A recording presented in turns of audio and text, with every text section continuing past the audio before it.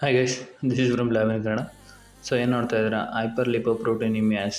ಇದು ಕೂಡ 5 ಮಾರ್ಕ್ಸ್ಗೆ important question. So ಕೇಳಿದರೆ ರಿಪೀಟೆಡೇನೆ.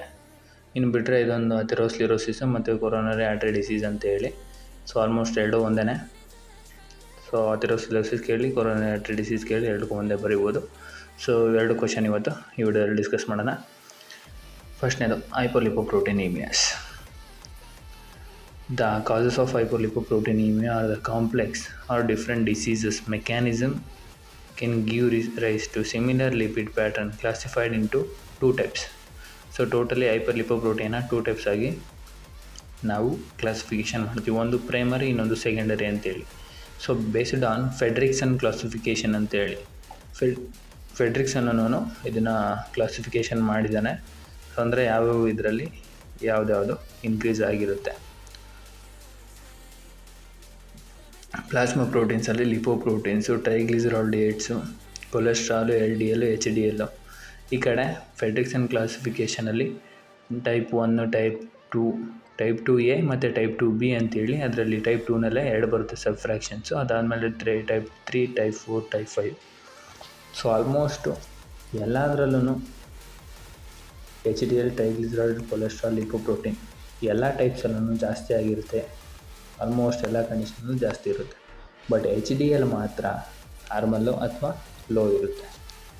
ಸೊ ಇಷ್ಟೇ ಸಿಂಪಲ್. ಇದು ಎಲ್ಲದರಲ್ಲೂ ಜಾಸ್ತಿ ಇರುತ್ತೆ, HDL ಒಂದು ಲೋ ಇರುತ್ತೆ.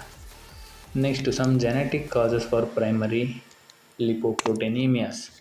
ಸೊ ಜೆನೆಟಿಕ್ ಡಿಸಾರ್ಡರ್ಸ್ ಅಂದರೆ ಫ್ಯಾಮಿಲಿಯರ್ ಹೈಪರ್ ಕೊಲೆಸ್ಟ್ರಾಲಿಮಿಯಾಸ್. ಅದರಲ್ಲಿ ಟೈಪ್ 2A ಮತ್ತು ಟೈಪ್ 2Bನಲ್ಲಿ ಕಾಣಿಸ್ಕೊಳ್ತಕ್ಕಂಥದ್ದು ಫ್ಯಾಮಿಲಿಯರ್ ಹೈಪರ್ ಕೊಲೆಸ್ಟ್ರಾಲಿಮಿಯಾ. ಡಿಫೆಕ್ಟ್ ಇನ್ LDL. ಸೊ LDLನೇ ಡಿಫೆಕ್ಟ್ ಇರುತ್ತೆ. ಅದು ಕೊರೋನರಿ ಆರ್ಟರಿ ಡಿಸೀಸ್ ಇದು ಮಾಡುತ್ತೆ. ಅಂದರೆ ರಿಸ್ಕ್ ಕಾಂಪ್ಲಿಕೇಶನ್ ಏನೇನಾಗ್ಬೋದು, ಕೊರೋನರಿ ಆರ್ಟರಿ ಡಿಸೀಸ್ ಬರ್ಬೋದು ಅಥವಾ ಅಥೆರೋಸ್ಕ್ಲೆರೋಸಿಸ್ ಬರ್ಬೋದು.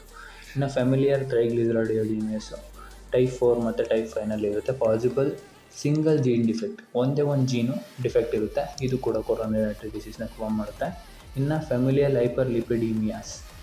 ಸೊ ಅದು ಟೈಪ್ 2A ಮತ್ತು ಟೈಪ್ 2B 4, 5, 5 ಎಲ್ಲ ಆಲ್ಮೋಸ್ಟ್. ಇನ್ನೇನು ಟೈಪ್ 1 ಬಿಟ್ಬಿಟ್ಟು ಟೈಪ್ 3 ಬಿಟ್ಬಿಟ್ಟು ಇನ್ನೆಲ್ಲ ಕಡೆನೂ ಇದು ಕಾಣಿಸ್ಕೊಳುತ್ತೆ. ಇದರಲ್ಲೂ ಒಂದೇ ಒಂದು ಸಿಂಗಲ್ ಜೀನ್ ಡಿಫೆಕ್ಟ್ ಇರುತ್ತೆ. ಇದು ಕೊರೋನರಿ ಆರ್ಟರಿ ಡಿಸೀಸ್ನ ಲೀಡ್ ಮಾಡುತ್ತೆ. ಇನ್ನು LPL ಡಿಫಿಷಿಯನ್ಸಿ, ಲಿಪೋಪ್ರೋಟೀನ್ ಲೈಪೇಸ್ ಡಿಫಿಷಿಯನ್ಸಿನಲ್ಲಿ ಟೈಪ್ 1ನಲ್ಲಿ. ಸೊ ರಿಡ್ಯೂಸ್ ದ LPL ಕಡಿಮೆ ಇರೋದ್ರಿಂದ ಪ್ಯಾಂಕ್ರಿಯಟೈಟಿಸ್ ಆಗ್ಬೋದು. ಇನ್ನು ApoC2 ಡಿಫಿಷಿಯನ್ಸಿನೂ ಕೂಡ ಪ್ಯಾಂಕ್ರಿಯಟೈಟಿಸ್ ಆಗುತ್ತೆ. ನೆಕ್ಸ್ಟ್ ಬಂದುಬಿಟ್ಟು ಸೆಕೆಂಡರಿ ಹೈಪರ್ ಲಿಪೋಪ್ರೋಟೀನಿಮಿಯಾಸ್. ಸೊ ಪ್ರೈಮರಿಗೆ ಅದಾಯಿತು. ಸೆಕೆಂಡರಿ ಇದು ಕೂಡ ಫೆಡ್ರಿಕ್ಸನ್ ಅಂಡರೇ ಬರುತ್ತೆ. ಸೊ ಫಸ್ಟು ಕಾಸಸ್ಸು ಮತ್ತು ಅಫೆಕ್ಟೆಡ್ ಲಿಪಿಡ್ಸ್. ಕಾಸಸ್ ಬಂದ್ಬಿಟ್ಟು ನೆಫ್ರೋಟಿಕ್ ಸಿಂಡ್ರೋಮು ಮತ್ತು ಹೈಪರ್ ಥೈರಾಯ್ಡಿಸಮ್ಗೆ ಹೈಪರ್ ಕೊಲೆಸ್ಟ್ರಾಲಿಮಿಯಾ, ಅಂದರೆ ಕೊಲೆಸ್ಟ್ರಾಲ್ ಜಾಸ್ತಿ ಆಗಿರುತ್ತೆ. Next hyper triglyceridemia. ಯಾವಾಗ ಟ್ರೈಗ್ಲಿಸರೈಡ್ ಜಾಸ್ತಿ ಆಗುತ್ತೆ ಅವಾಗ chronic renal failure, alcohol abuse, diabetic mellitus, uses of contraceptive and containing oestrogen. ಇಷ್ಟು ಕಂಡೀಷನ್ಸಲ್ಲಿ ಟ್ರೈಗ್ಲಿಸರೈಡ್ಸ್ ಜಾಸ್ತಿ ಆಗುತ್ತೆ. ಸೊ ಇಷ್ಟು ಏನಿದೆ ಅದು ಹೈಪರ್ ಕೊಲೆಸ್ಟ್ರಾಲಿಮಿಯಾ ಆಯಿತು. ಹೈಪರ್ ಕೊಲೆಸ್ಟ್ರಾಲಿಮಿಯಾ ಎಲ್ಲೂ ಕೇಳಿಲ್ಲ, ಬಟ್ ನೋಡ್ಕೊಳ್ಳಿ, ನೋಟ್ಸಲ್ಲೆಲ್ಲಾದರೂ ಒಂದು ಸ್ವಲ್ಪ ಬರೆದಿಟ್ಕೊಳ್ಳಿ, ಸಿಂಪಲ್ಲಾಗಿದೆ.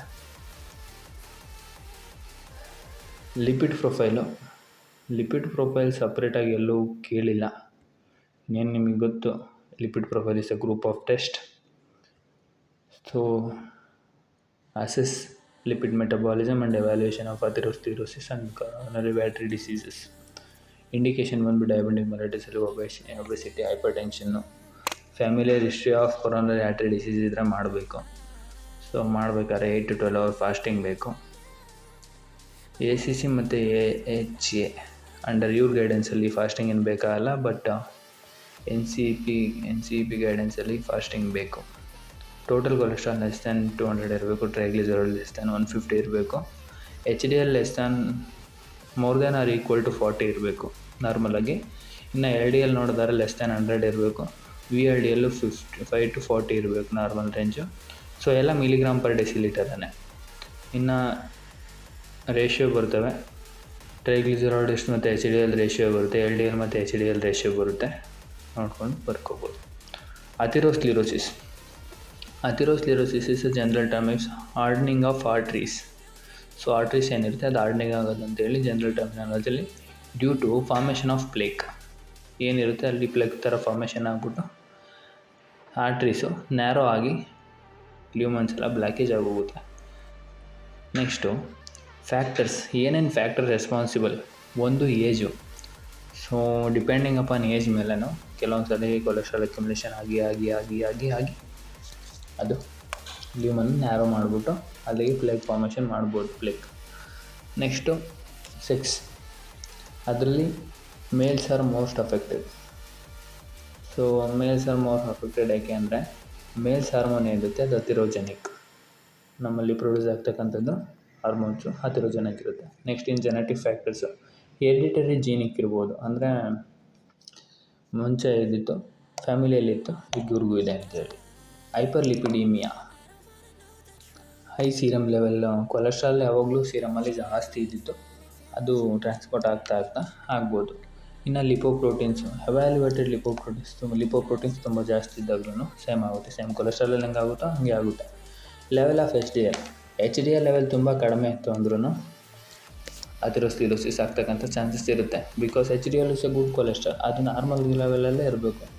ಅದು ಕಡಿಮೆ ಆಯಿತು ಅಂದರೆ VLDL ಜಾಸ್ತಿ ಆಗುತ್ತೆ, ಅದು ಕಾಸ್ ಮಾಡುತ್ತೆ, LDL.